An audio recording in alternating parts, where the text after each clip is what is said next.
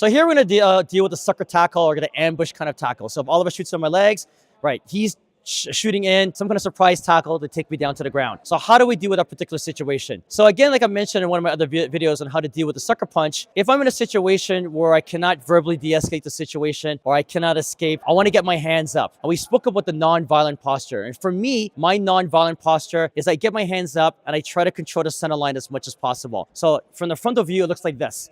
I get my hands up, I'm trying to occupy the center line as much as possible versus having my hands out here like this. I don't want to go into a martial arts stance per se right away because he knows what's coming right now and it's very confrontational, right? So I want to get my hands up as much as possible. I want to control that center line. And the reason why I like to do this particular stance is that if he was to throw a sucker punch, for example, he needs to come around my hands. He's not going to come through my hands. So I'm controlling the center line. If I stand like this, it's easier for him to throw that punch. And arguably, I feel like it's easier to block circular techniques, even though they're arguably more power versus straighter punches. If I just do this, it's a straight line right down the middle. If I do this, he's going to be incentivized if he's going to punch me to come around my hands, right?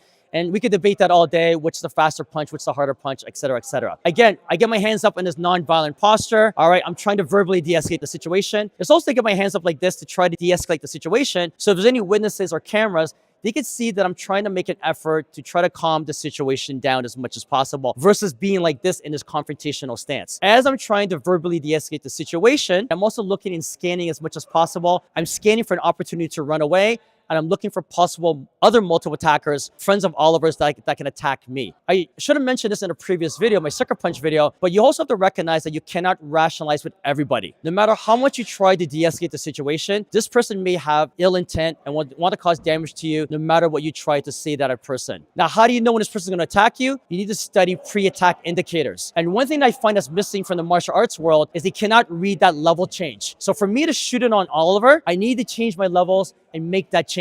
You need to be able to identify that and see that. And a lot of martial artists who do not train in the grappling arts do not pick that up. They'll say some fantastical techniques that when Oliver shoots in, I'm gonna knee him, or he shoots in, I'm gonna stop him with my hips and elbow the back of his head or do some judo chop or whatever. That's not gonna help you at all. In order to stop Oliver's takedown, I need to change levels. So on the basic, when he shoots in, I'm changing levels, so it's harder for Oliver to get on my hips and legs. If I don't change levels, it's easier for Oliver to get on my hips and legs, and now I'm gonna hit the ground. So you need to spend some time picking up that pre-attack indicator or the kinematics of him changing levels and shooting in below the horizon. So now when he shoots in, it's easier for me to get my hands in between the two of us, all right? I've lowered my baseline, I've lowered my level, I got my hands in between the two of us.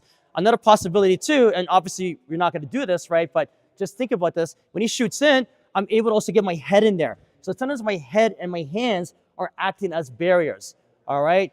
I would advise for you to do this kind of stuff. You seek some wrestling class, or Brazilian Jiu-Jitsu class, and you need to strengthen your neck. If you don't have a good neck muscles or you have issues with your neck, this may not be good for you to do. But at least you need to get your hands as a fence between you and your attacker. Nevertheless, if you don't know how to pick up the change in the level, you're gonna be taken down to the ground. And again, now what's your counter? It's gonna depend totally on the energy that this person gives you, right? So maybe he shoots in, I change levels, I get my barrier in, I'm able to knee. Now you gotta be careful, if I knee and leave my leg out there, maybe it allows him to take me down and finish the job. Maybe it's a thing where I change levels and I'm able to push him off to the side, like the bullfighter fighting the bull, and I'm able to escape. Maybe I have some grappling skills, I don't know. When he shoots in, I'm here and I'm able to do a guillotine choke, I'm able to shuck his head down, I'm able to escape. So again, the most important thing is get your hands up, try to control that center line. You're in this non-violent position. You have to be able to identify the level change. This is the most important thing. From there, you can add in any of your martial arts techniques, whatever you want to do, right? You hit the back of the neck, you do a guillotine choke, you shuck them down to the ground, you do your martial arts, your Muay Thai, whatever, right? But if you don't identify this level change, he is going to take you down. Hands up as you level change, you get some kind of barrier. Maybe you have to get your legs back. That should be a natural impulse. He's trying to touch your legs, grab your hips. You kind of move that back and you have this fence between the two of you. This is how I would deal with a sucker tackle.